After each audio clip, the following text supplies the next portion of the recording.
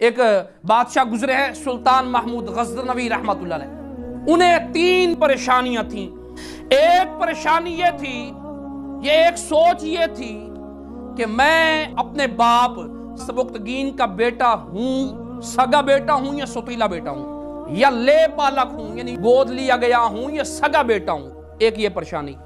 دوسری یہ فکر تھی کہ علوم تو بہت زیادہ ہیں، ان علوم میں اللہ اور اللہ کے رسول کو کون سا علم پسند ہے۔ اور تیسری فکر یہ تھی کہ مجھے آج تک اللہ کے نبی کی زیارت کیوں نہیں ہوئی۔ اب ان کی اس فکر کو کیسے دور کیا گیا سنیے۔ ایک مرتبہ رات کو گزرے ہیں، ایک طالب علم کو دیکھا کہ وہ چاند کی روشنی میں قرآن و حدیث پڑھ رہا تھا، چاند کی روشنی میں۔ اب سلطان محمود غزنوی رحمۃ اللہ علیہ نے فوراً اپنے غلام کو حکم دیا کہ اس کے لیے ایک چراغ کا اہتمام کیا جائے تاکہ چراغ کی روشنی میں قرآن و حدیث پڑھ سکے۔ سلطان محمود غزنوی رحمۃ اللہ علیہ کا یہ عمل اللہ کی بارگاہ میں اتنا قبول ہوا کہ ایک رات اللہ کے نبی کی زیارت ہو گئی، اور اسی زیارت میں تینوں مسائل حل ہو گئے۔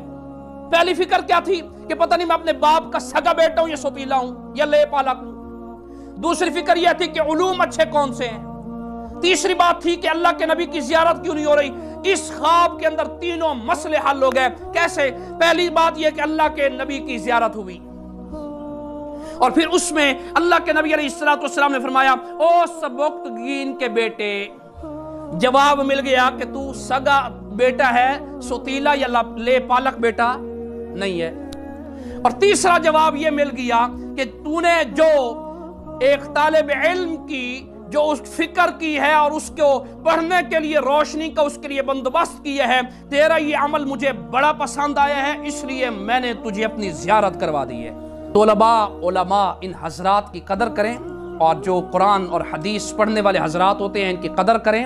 علماء حق جو ہیں، چاہے وہ مذہبی میدان میں ہوں، چاہے سیاسی میدان میں ہوں، چاہے جس میدان میں ہوں، علماء حق کو ہمیشہ سپورٹ کریں، علماء حق کا ہمیشہ ساتھ دیں، انہی کے شانہ بشانہ کھڑے ہوں، چاہے وہ منبر پہ بیٹھے ہوں، چاہے وہ سیاست میں ہوں، چاہے جس جگہ پہ بھی ہوں، علماء حق کا ہمیشہ ساتھ دیں۔ انشاءاللہ دنیا کے اندر بھی کامیابی ہے، آخرت کے اندر بھی کامیابی ہے۔ وما علینا الا البلاغ المبین۔